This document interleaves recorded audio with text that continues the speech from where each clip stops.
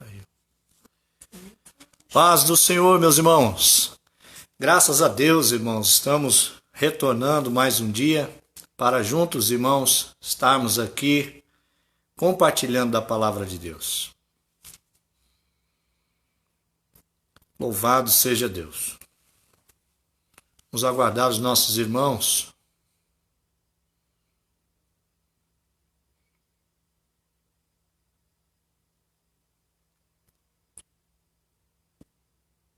Paz do Senhor, meus irmãos.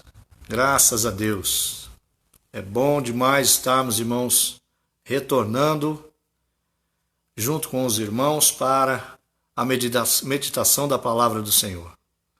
Glórias a Deus. Que bom, irmãos, estarmos mais uma vez nos reunindo, irmãos, para juntos aprendermos, relembrarmos e avivarmos, irmãos, no nosso coração todo aquilo que o Senhor tem nos prometido através da sua palavra.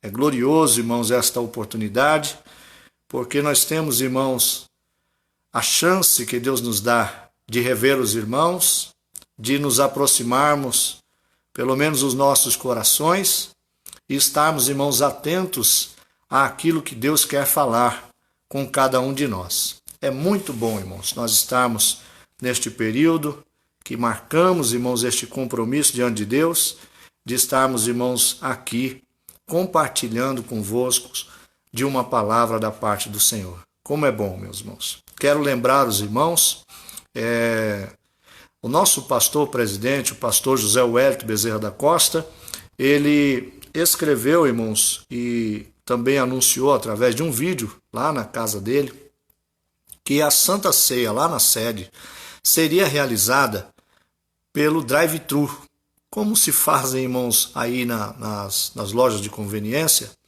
A gente passa com o carro, entrava pelo estacionamento ali, já saía com um kitzinho contendo o pão e o cálice. A pessoa retira, leva para a sua residência, lá na sua casa ele ora, ele abençoa e ele participa desta Santa Ceia com os seus familiares, conforme o número da família participando da ceia. E nós, irmãos, estamos seguindo o mesmo exemplo que o nosso pastor Adeli também está realizando na sede agora, neste domingo, às 9 horas da manhã, a ceia, irmãos, onde os irmãos deverão vir com os seus carros ou a pé, desde que seja menor de 60 anos, você passa, retira ali, irmãos, um kit onde vai conter o pão e o cálice, você levará para a sua residência e lá então você vai participar juntamente com a sua família desta Santa Ceia do Senhor.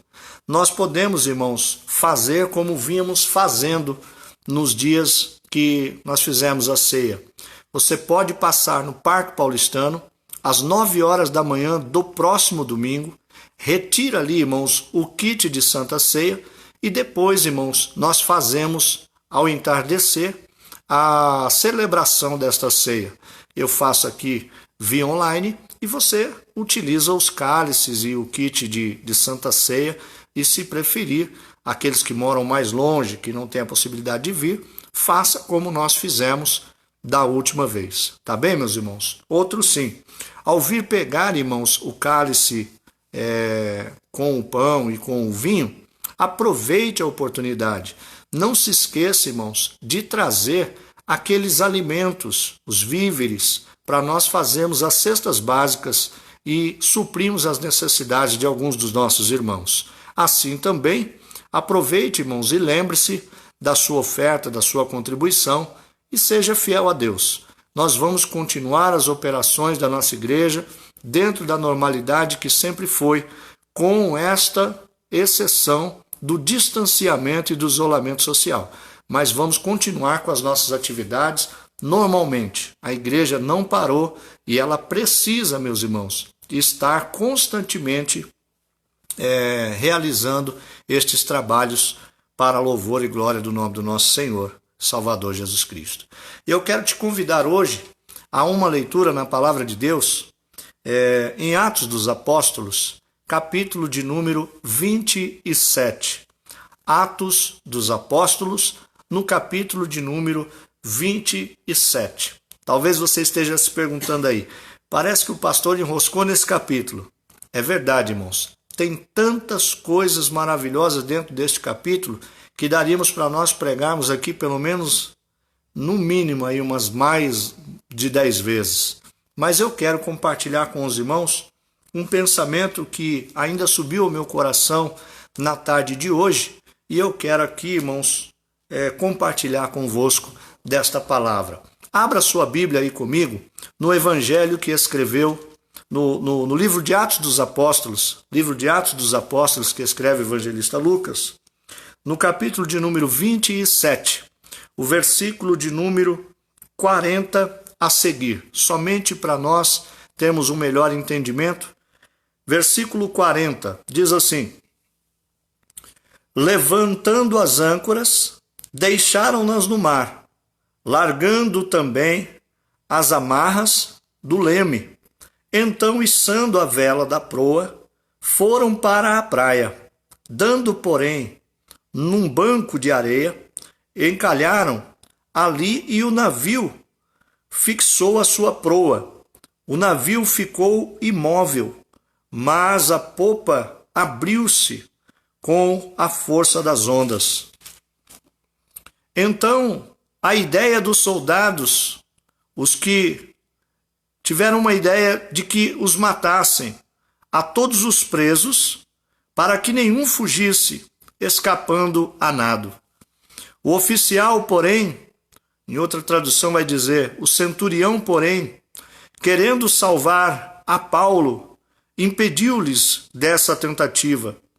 Mandou que os que pudessem nadar fossem primeiro e se lançassem ao mar, e a alcançar a terra. E os demais deviam salvar-se, uns em tábuas, outros em destroços do navio.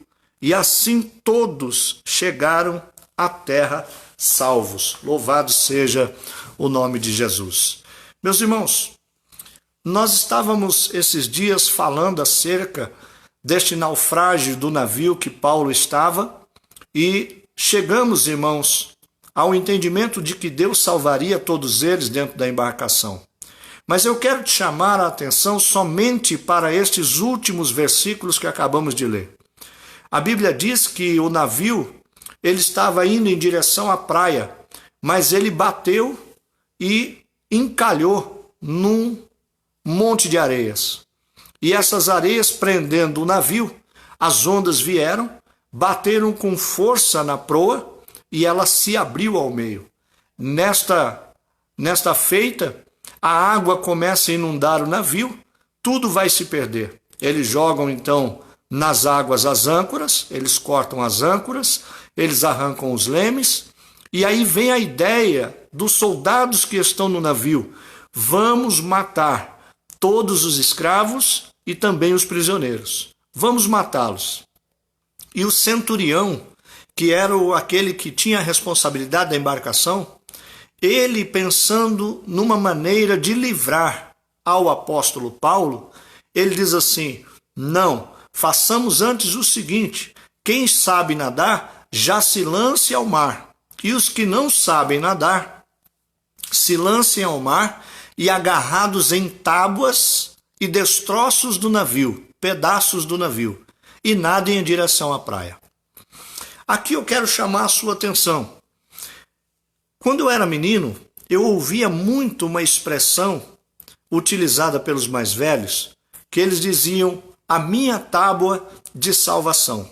Tábua de salvação. Não sei se os irmãos se recordam dessa expressão. O que é uma tábua de salvação?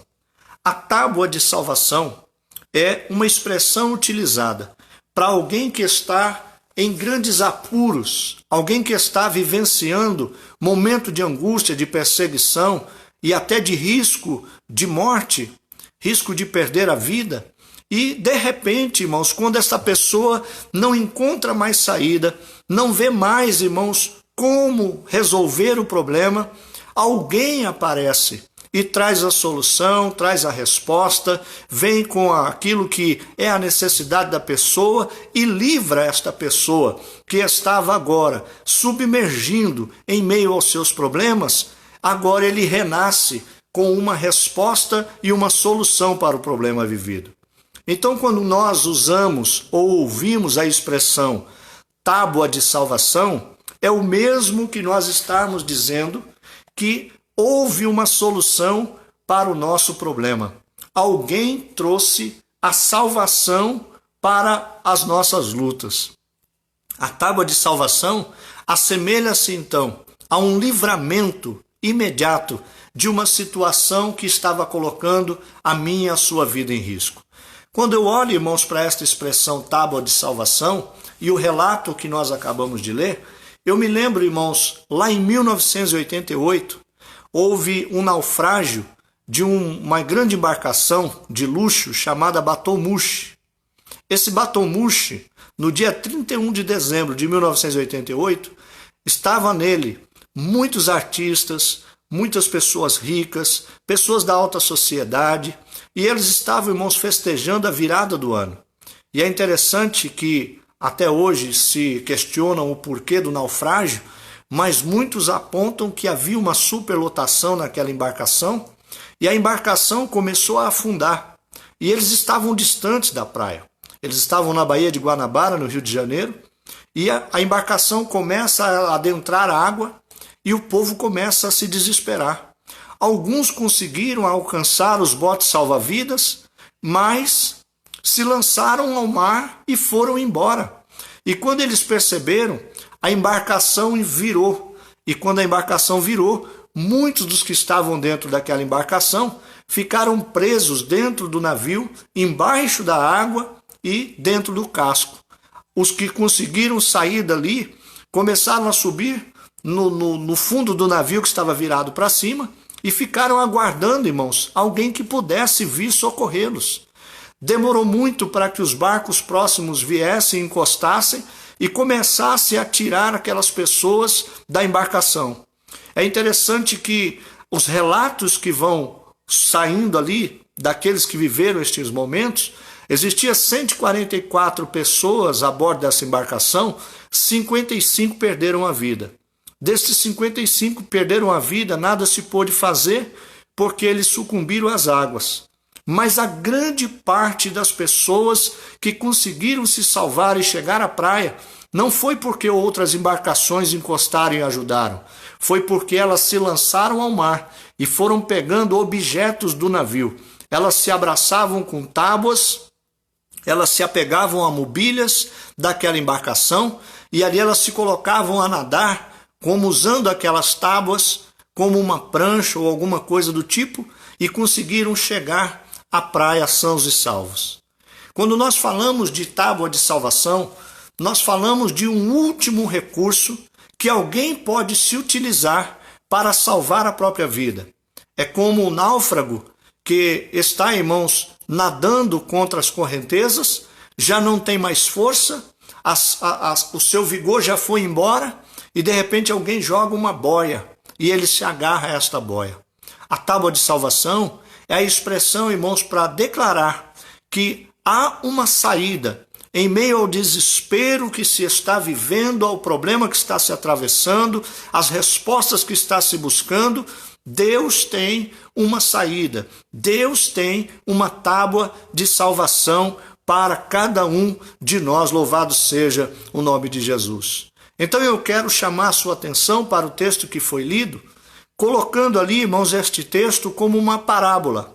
Eu sei que o texto é literal. Realmente aconteceu o naufrágio, realmente as pessoas ali tiveram que se lançar ao mar, tiveram que nadar, se agarrar a escombros do navio.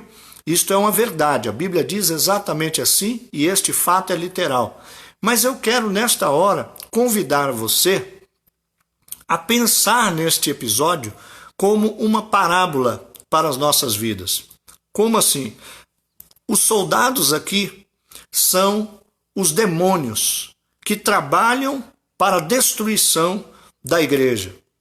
A Bíblia diz, irmãos, que estes soldados tramaram um plano no coração. Eles iam matar todos os prisioneiros e todos os escravos que tinham no navio, para que porventura eles, se lançando ao mar, não escapassem com vida. E perceba, irmãos, que nesta hora está ali o centurião do navio. O centurião do navio, eu quero lhe apresentar como sendo a pessoa de Deus. É como que Deus, irmãos, olhando para Paulo, e Paulo sendo a representação da igreja. Observe que os demônios estão dizendo: vamos destruí-los, vamos acabar com cada um deles, prisioneiros e escravos, todos mortos. Escravos e prisioneiros do pecado era eu e você. Nós éramos, irmãos, escravos e prisioneiros do pecado. Nós estávamos, irmãos, aprisionados por todas as paixões mundanas e pelas correntes do adversário. Nós estávamos vivendo, irmãos, debaixo de açoites e contra a nossa vontade. Muitas vezes nós estávamos vivenciando aquilo que é pecado. Então observe que os demônios, em todo tempo, eles buscam, irmãos, e tramam contra as nossas vidas. A Bíblia diz que o trabalho do diabo é matar, roubar e destruir. Eles não vêm senão para isso. A função dos nossos adversários é destruir as nossas vidas. Nós, quando éramos ainda inimigos de Deus, estávamos, irmãos, prisioneiros e estávamos, irmãos, como escravos do pecado. Deus olhando, irmãos, para Paulo aí a representação da igreja, Deus olhou para mim e para você, quando nós ainda éramos escravos do pecado, e enxergou a cada um de nós como sua igreja. Ainda antes, irmãos, que estivéssemos servindo a Deus, Ele tinha este plano de salvação para a minha e para a sua vida, louvado seja o nome de Jesus. Então, quando eu olho para este texto, eu consigo aqui imaginar que o apóstolo Paulo é a representação da igreja, que o apóstolo Paulo são todos aqueles que um dia viriam ouvir a palavra de Deus, aceitariam a palavra de Deus e seriam salvos. O apóstolo Paulo aqui está sendo livrado pelo centurião. A igreja, irmãos, que sou eu e você, estamos sendo livrados por Deus de toda e qualquer situação contrária da nossa vida. Observe então, irmãos, que a orientação que o apóstolo Paulo dá, ou o centurião dá, é que ninguém fizesse mal a nenhum dos escravos, que ninguém fizesse mal a nenhum dos prisioneiros, mas que eles se lançassem ao mar, a fim de salvar as próprias vidas. O mar aqui, irmãos, muitas vezes é o mundo que nós vivemos. Quando nós fazemos a leitura da palavra de Deus no livro de Apocalipse, todas as vezes que Apocalipse está falando sobre a besta que se levanta do mar, sobre isso, sobre aquilo, está falando, irmãos, sobre o mundo, sobre esse sistema corrompido. Quando muitas vezes eu entendo, irmãos, que aqueles homens se lançaram ao mar, eu entendo que assim estão, irmãos, os adversários da nossa alma, todos alvoroçados neste mundo, buscando, irmãos, a quem possa destruir. Só que a orientação do centurião é: lancem-se ao mar. Porém, aqueles que não sabiam nadar, ele diz assim: agarrem-se em tábuas e nadem até a praia. É aí que eu quero também chamar a sua atenção. Nós, irmãos, somos daqueles que não somos independentes. Nós não resolvemos os nossos problemas pelas nossas próprias ações. Nós não somos pessoas que, no meio da crise que se instaura, dos problemas que estamos atravessando, viramos as costas para Deus. Nós, em todo tempo, somos dependentes, única e exclusivamente, do nosso Senhor e Salvador Jesus Cristo.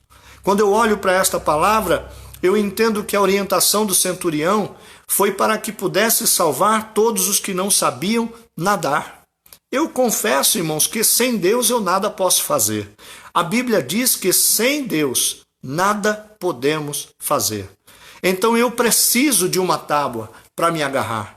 Eu preciso de um madeiro para me abraçar.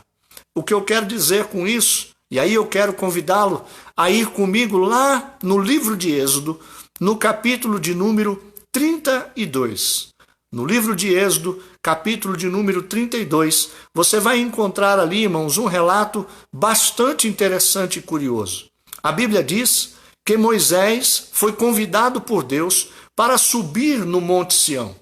Lá no Monte Sião, irmãos, no Monte Sinai, lá quando ele sobe ao Monte Sinai, no capítulo 31 de Êxodo, ele está falando com Deus. Ele está recebendo de Deus. No versículo 18 do capítulo 31, você percebe que Deus está entregando nas mãos de Moisés 2 tábuas de pedras, escritas pelo próprio dedo de Deus, os mandamentos que deveriam ser seguidos pelo povo de Deus. É interessante, irmãos, que Moisés então recolhe estas pedras da mão do próprio Deus e ele desce o monte Sinai. E quando ele está descendo o Monte Sinai, ele encontra com Josué e ele ouve, irmãos, lá no arraial, um barulho, um alarido de festa. E Josué diz assim: parece que o nosso povo está em festa. E Moisés diz assim: não, vamos nos apressar, porque o povo se corrompeu. Perceba, irmãos, que o povo acabara de sair lá daquele grande livramento do Egito. Eles estão a caminho do deserto, eles já se instalaram ali naquela região do Sinai, as cabanas estão montadas, Moisés sobe para falar com Deus, há uma demora no retorno de Moisés, 40 dias se passam, e o povo começa a apertar com Arão, dizendo: olha, este Moisés já é velho, este Moisés já é avançado em idade. Quem sabe ele não foi picado por uma cobra, por um escorpião? Quem sabe uma fera, um leão não comeu ele lá em cima? Ele não vai descer mais. Faça-nos para nós ídolos que nós conhecemos. E ali é feito então aquele bezerro de ouro, e eles estão adorando em volta desse bezerro de ouro e dizendo que agora aquela imagem de escultura era o Deus que havia tirado eles do Egito. Quando Moisés ouve este alarido de festa lá dentro do arraial de Israel, entristece o seu coração, porque Deus havia dito para ele: desce depressa, porque o teu povo se corrompeu. E quando ele vem descendo, irmãos, e ele se depara com aquele barulho, aquela algazarra e aquele bezerro de ouro confeccionado ali, e todos dançando e se alegrando em volta daquilo, a Bíblia diz que Moisés pega as tábuas que tinha recebido das mãos de Deus e lança essas tábuas no chão e as quebra. As 2 tábuas que Deus entregou nas mãos de Moisés foram quebradas. E a Bíblia diz que Moisés quebrou estas pedras porque estava irado em ver o povo. É interessante ainda, irmãos, no capítulo de número 32, no versículo de número 20, Moisés olha para Arão e diz assim: o que fizeste este povo para trazer tão grande pecado sobre si mesmo? Irmãos, que preocupação de Moisés. A preocupação de Moisés foi tão maior com o povo do que com aquilo que ele havia recebido. A Bíblia diz que ele ali, irmãos, fica tremendamente entristecido. Aquele povo que havia saído do Egito com ouro, com prata, com bens, agora havia dado tudo para se fazer uma imagem de escultura. A Bíblia diz então que Moisés moe aquela imagem de escultura, faz virar poeira, joga na água e dá para o povo beber. É como que dizendo: o ouro é a glória de Deus, e Deus não divide a sua glória com ninguém. E ao beber daquela água com o pó de ouro moído, era o mesmo que a glória de Deus não ser mais externa, mas ser interna. Era como que uma profecia sendo lançada, dizendo que a palavra de Deus não só chegaria aos ouvidos daquele povo, mas que agora penetraria os seus corações. É muito interessante, irmãos, nós pensarmos em algumas passagens bíblicas e entendermos, irmãos, muitas vezes as atitudes de alguns profetas eram profecias. Muitas vezes se faziam atos proféticos para que o povo pudesse entender qual era a situação espiritual de Israel, qual era a vontade de Deus e o que estava acontecendo naquele momento. Você se lembra quando Jeremias, ele recebe de Deus uma ordem de pegar o cinto e colocar debaixo da água preso com pedras? Depois de algum tempo ele vai lá e Deus diz assim, pega o cinto que você deixou no rio, coloca na cintura. E ele pega aquele cinto de couro que está podre, se desfazendo e cheirando mal. E ele coloca na cintura. E o cinto, irmãos, para o judeu, era o que identificava a família. Era o que trazia a honra da casa. E ele diz assim, Senhor, eu vou colocar um cinto podre, cheirando mal na minha cintura, e vou ter que andar em Israel? Ele diz assim, sim, porque este cinto representa a condição espiritual de Israel. Eles estão podres, as minhas narinas. Coisa terrível. Quando muitas vezes lá o apóstolo Paulo, tendo que retornar para Roma, e ele começa a se despedir dos irmãos, lá em Atos dos Apóstolos, há um profeta ali pelo nome de Ágabo.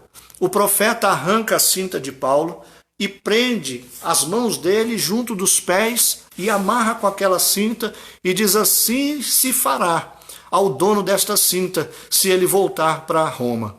E Paulo disse assim, meus irmãos, importa não só viver pelo Evangelho, mas a morrer também por ele. Paulo estava disposto aos dois extremos, viver pela palavra, mas também dar a vida por esta palavra. Que coisa gloriosa, irmãos. E quando nós olhamos lá para este feito de Moisés, de quebrar as pedras da lei, aquilo, sem que Moisés soubesse, também era um ato profético.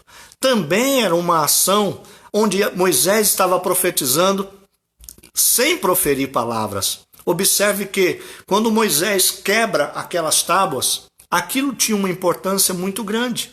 Moisés passou 40 dias ouvindo as instruções de Deus acerca daqueles mandamentos. Ele poderia muito bem escrevê-los de novo à mão, numa tábua de papiro, numa tábua de madeira. Ele podia refazer aquilo. Deus poderia ditar para ele e ele escrever. Mas não. Ele vai se apresentar diante de Deus por causa do pecado do povo. E ele diz assim ao Senhor, Senhor, eu bem sei que tu és um Deus zeloso, um Deus compassivo, longânimo, que a sua benignidade dura para sempre, a sua misericórdia de geração a geração. O Senhor não leva em conta os pecados, o Senhor não está olhando para as transgressões. E ele apela, irmãos, para a misericórdia de Deus. E Deus então responde a Moisés lá no capítulo de número 34. Se você observar o capítulo de número 34, versículo 1 e 2, você vai perceber Deus dizendo para Moisés o seguinte, Moisés, lavra 2 pedras, 2 tábuas de pedra, e vem me encontrar aqui no Monte Sinai amanhã. Perceba, meus irmãos, as primeiras pedras da lei, elas foram dadas por Deus e escritas pelo próprio Deus. Isso está lá no capítulo 31, versículo 18 da sua Bíblia, do livro de Êxodo. No livro de Êxodo, capítulo 34, versículo 1 e 2, agora Deus não dá as pedras. Deus diz a Moisés, você lavra 2 tábuas de pedra e traz ao Sinai, que eu vou escrever nelas. Perceba, meus irmãos, que agora a situação mudou. As primeiras tábuas veio direto das mãos de Deus, escrita pelo dedo de Deus. Glória seja dada ao nome do Senhor por isso. Só que quando Moisés quebrou estas tábuas da lei, ele quebrou, irmãos, uma coisa que a nós que estudamos a Bíblia fica clara e que muitas vezes passa desapercebida aos olhos de muito. A quebra das primeiras tábuas da lei apontava para o Antigo Testamento. Eles nem sabiam que haveria Antigo e Novo Testamento. Mas quando ele quebra estas tábuas da lei, isto está dizendo, o primeiro testamento passaria. Esta primeira aliança que Deus fez com o homem seria quebrada pelo pecado. E muitas foram as vezes que Israel quebrou este acordo com Deus, quebrou este pacto com Deus.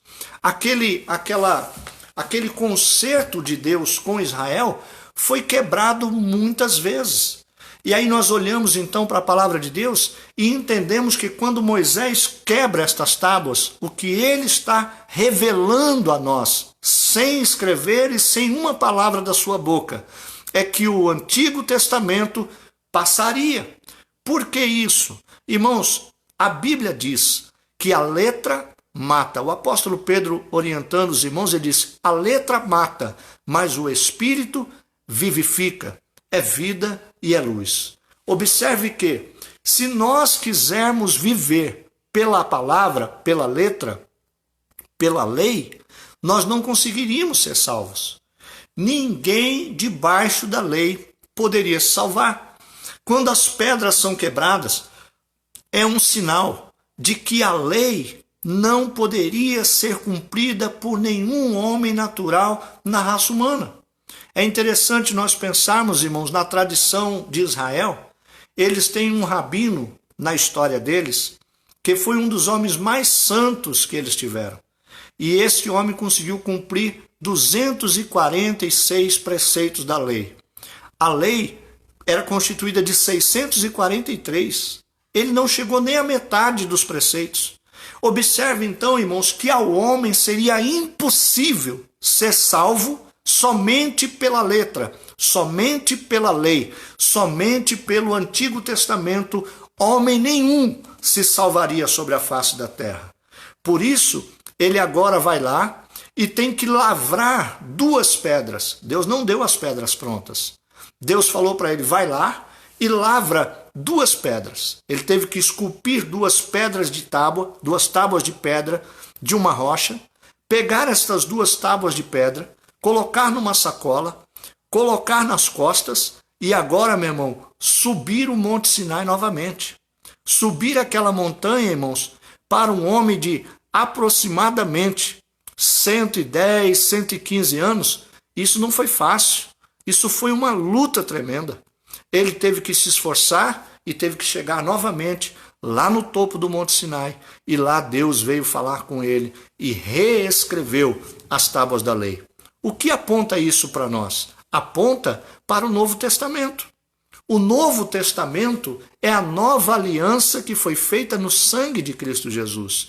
A nova aliança é todo o Novo Testamento. É o Evangelho que viria para mim e para você como igreja. Observe, irmãos, que é pelo Evangelho que temos conhecimento da graça e da misericórdia de Deus. Porque se nós estivéssemos vivendo debaixo da lei, a única coisa que nós conheceríamos de Deus era a sua justiça e o seu juízo. A palavra de Deus no Antigo Testamento era dura demais para o homem cumprir. Mas no Novo Testamento, Cristo Jesus se manifestou a nós. E nesta manifestação de Cristo, a Bíblia diz que ele cumpriu toda a lei e os profetas na sua própria carne. Ele pagou o preço que eu e você jamais poderíamos cumprir ou pagar. Toda a lei foi encerrada em Cristo Jesus. Agora, a lei que se revela a mim e a você como igreja em Cristo Jesus é a lei da graça e da misericórdia que foi revelada a Moisés lá no Monte Sinai. Observe, irmãos, que Deus poderia ter dito a Moisés o seguinte: Moisés, acabou. Você quebrou as tábuas porque você quis. Eu não vou escrever mais nada. Esquece esse negócio. Mas não.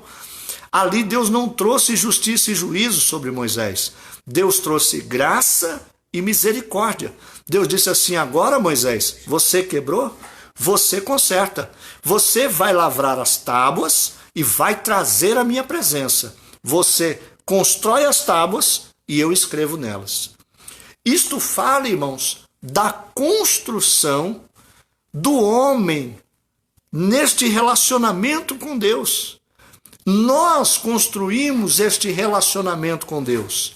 Agora, irmãos, quando nós falamos do Evangelho, da graça e da misericórdia de Deus, eu preciso entender que este negócio é de graça, mas não é barato. É de graça porque é um presente de Deus para todos nós, mas não é algo banal. Eu preciso querer e eu preciso fazer para receber este relacionamento. O primeiro passo para que Deus escrevesse aquelas tábuas agora dependeria de Moisés. Entenda que no plano de Deus, no plano da salvação, Deus já tinha estabelecido a forma e a maneira que a salvação seria contemplada pela humanidade. Porém, irmãos, não é obrigatório. É dom gratuito de Deus, é um presente, mas ninguém tem, irmãos, imposição para pegar o presente. Pega quem quer. Este primeiro passo da humanidade é o que Moisés fez, esculpindo as tábuas de pedra. Quando eu quero um relacionamento com Deus, eu preciso me aproximar deste Deus. O primeiro passo no relacionamento restaurado com Deus tem que partir de mim, porque tudo Deus já deixou preparado e pronto. Ele nos abriu um vivo e novo caminho à sua presença. O reino dos céus está, irmãos, dentro de cada um de nós e se revela como gozo, paz e alegria no Espírito. O Santo dos Santos não tem mais véu impedindo a minha entrada. As minhas orações são ouvidas de Deus, são contempladas de Jesus, são interpretadas pelo Espírito Santo de Deus. Não há impedimentos entre nós e Deus. Aquilo que Moisés escreve lá no livro de Isaías, no capítulo de número 59, versículo 1 e 2, que diz, os ouvidos de Deus não estão agravados, as suas mãos não estão encolhidas, para que ele não possa nos ouvir e nos atender. Mas o que faz separação entre Deus e os homens é o pecado. Porém, irmãos, agora, o caminho está aberto. E se eu quero me achegar a Deus, eu preciso, irmãos, buscar este relacionamento com Deus. Eu preciso fazer confissão com os meus lábios, porque os ouvidos dele estão prontos para me ouvir. Eu preciso, irmãos, entregar na minha vida no altar de Deus e esperar dele o socorro, porque suas mãos não se encolheram em meu favor. Pelo contrário, elas estão estendidas sobre a nossa vida. E quem nos revela isso é o evangelho glorioso do nosso Senhor e Salvador Jesus Cristo, que aponta para mim e para a igreja amada de Cristo Jesus. Eu e você somos esta igreja amada, irmãos. É a palavra que nos garante que somos igreja. Eu fico pensando no navio que está, irmãos, à deriva no mar, a ponto, irmãos, de afundar, e alguém está dizendo assim, não há mais saída. Não tem mais solução. Lá no texto de Atos 27, você chega a encontrar os discípulos ali, se não me engano, no versículo 20, dizendo o seguinte, não resta mais salvação. Eles perderam a esperança. Mas lá no final da história, nós vemos, irmãos, que o navio vai se perder.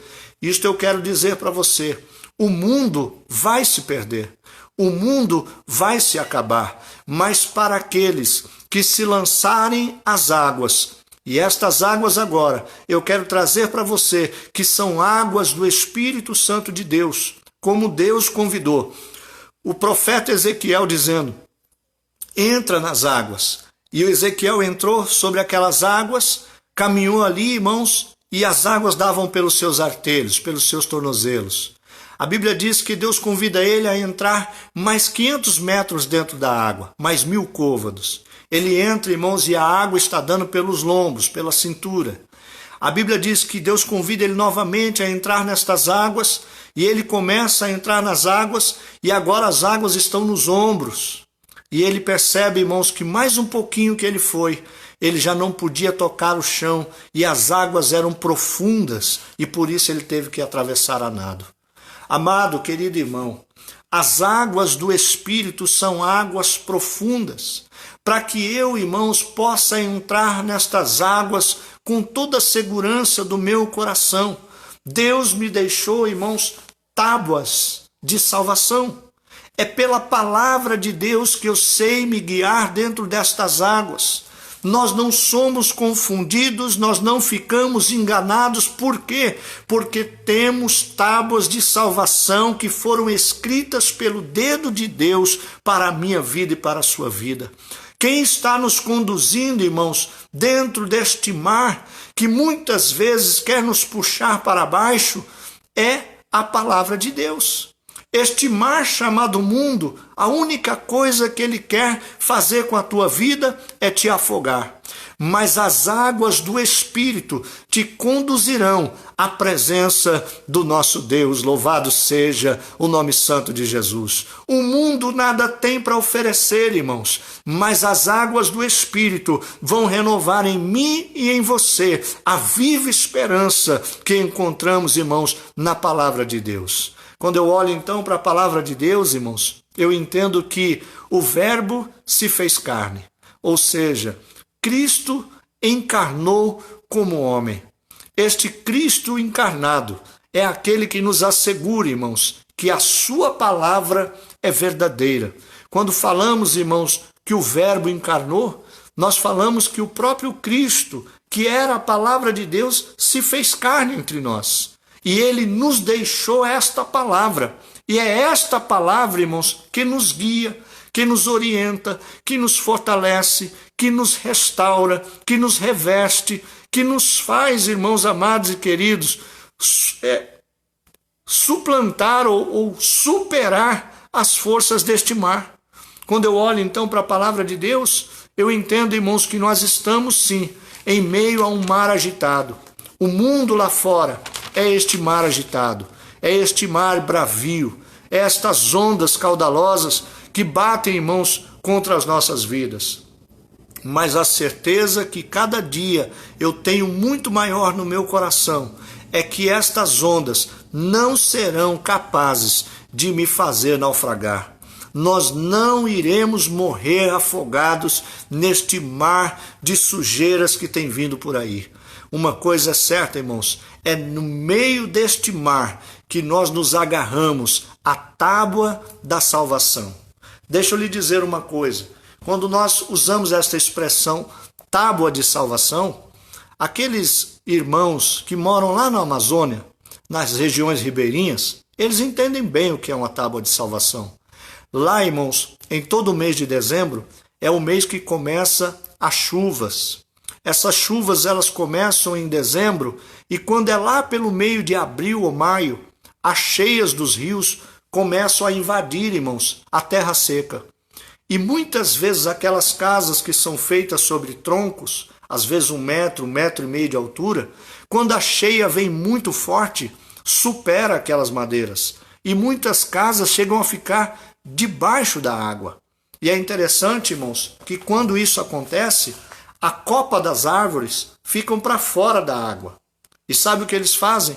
Todas as casas deles contêm tábuas guardadas. Para quê?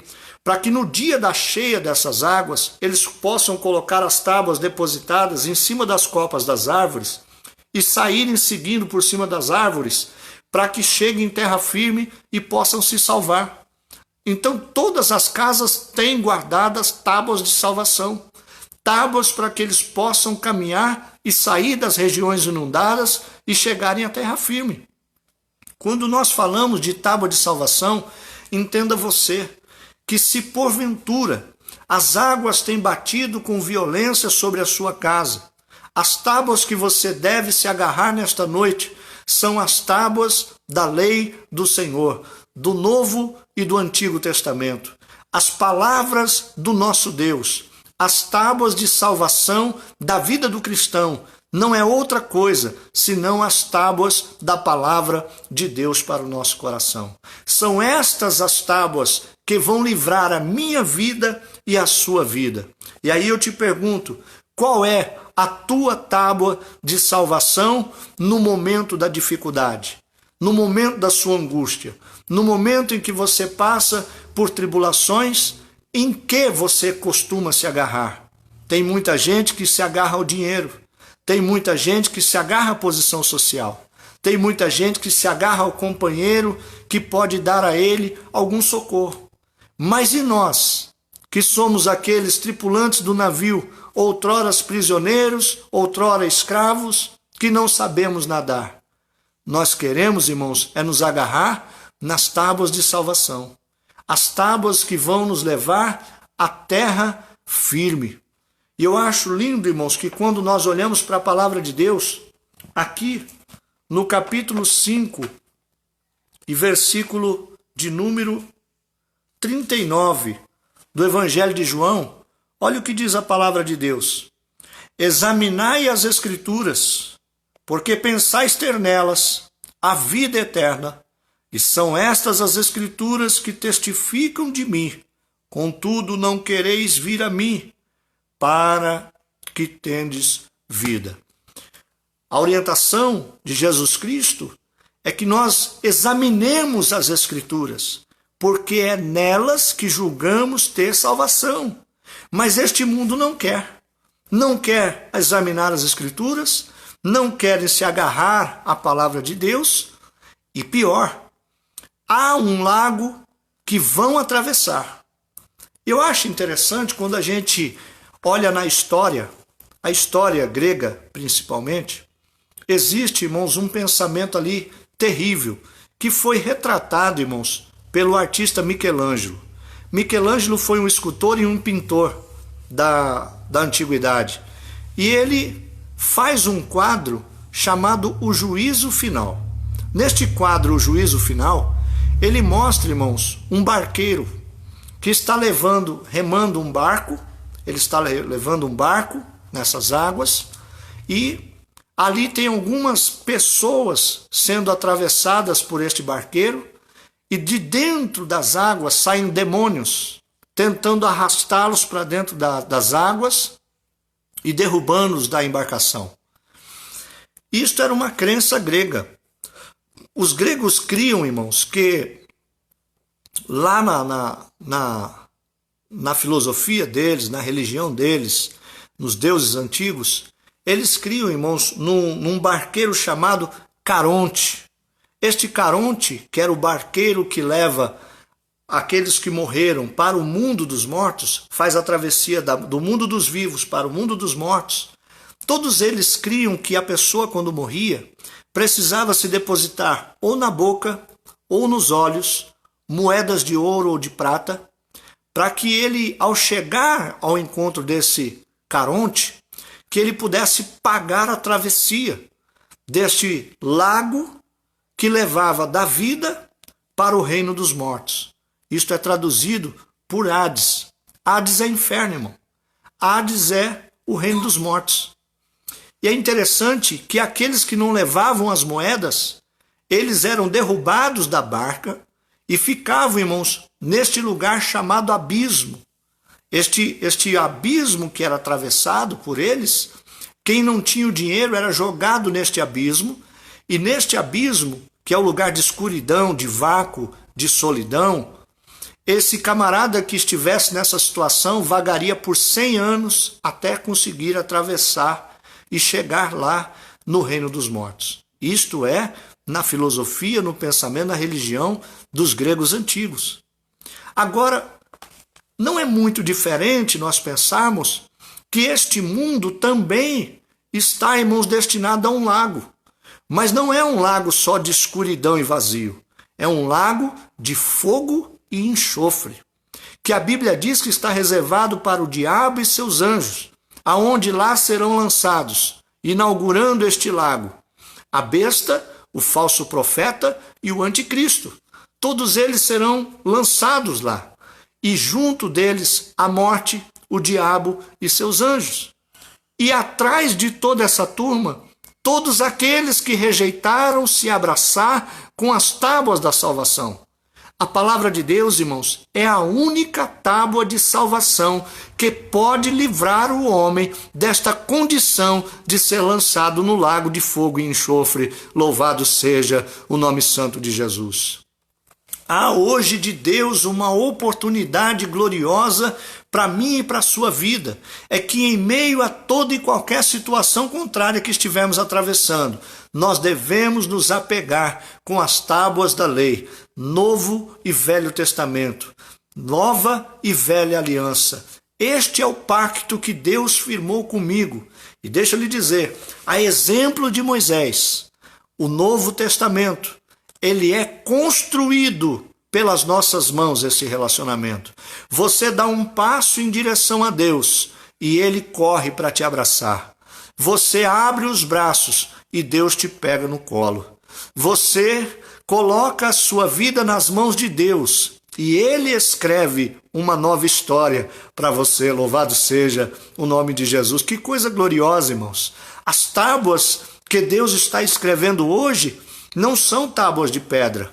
A Bíblia diz em Isaías que não haveria mais necessidade de nenhum ensinar o seu companheiro o caminho, porque as tábuas da lei agora não seriam mais gravadas em pedra, mas sim no coração de cada um de nós. Louvado seja o nome de Jesus. Que coisa gloriosa, irmãos. Quando eu quero me aproximar deste Deus, sabe o que Ele faz? Ele não vai mais apresentar a mim somente, irmãos, palavras escritas, mas Ele começa a gravar isso na tábua do meu coração. E como disse o salmista Davi, guardei a tua palavra no meu coração, escondi a tua palavra no meu coração, Senhor, para não pecar contra ti. A palavra de Deus hoje, irmãos, ela está gravada na tábua dos nossos corações. Agarre-se com a palavra de Deus, abrace-se com a palavra de Deus, irmãos, segura a palavra de Deus. Olha, vou dizer uma coisa aos irmãos, eu já tive a sensação de afogamento. Eu não cheguei a ser afogado, não passei por essa condição de afogado, mas passei muito perto de morrer afogado, algumas vezes, e é desesperador. Irmão, se alguém chega para lhe ajudar, você quer agarrar, pega pelo cabelo, pega onde não deve, e se esperneia e bate, e quando você consegue se agarrar a alguma coisa, que alívio que dá, que satisfação que dá, irmãos. É uma coisa maravilhosa quando você percebe que as tuas mãos agarrarem algo firme ou que os seus pés tocaram alguma coisa sólida. É, irmãos, glorioso. E por isso eu quero chamar a sua atenção para entender que o mundo está indo de mal a pior, que a destruição, irmãos, está assolando este mundo, que este coronavírus, como uma peste que se abateu sobre toda a face da terra, ainda não é nada comparado ao que há de se revelar para este mundo. O mundo está indo de mal a pior, e mais do que isso, o que espera este mundo verdadeiramente é a destruição e o lago de fogo e enxofre. E a única coisa que pode salvá-lo desta situação é agarrar-se às tábuas da lei, é agarrar-se às tábuas da salvação. Tome a palavra de Deus como a tábua que há de te salvar deste lago de fogo e enxofre. Eu louvo a Deus, irmãos, por esta palavra. No capítulo 6 de 2 Coríntios, o apóstolo Paulo vai dizer o seguinte, que o dia da salvação é hoje, e que o dia de sermos, irmãos, salvos é agora. Não há outro dia. Não fique esperando, irmãos, o momento certo. Para este mundo, irmãos, a única tábua de salvação é a palavra de Deus.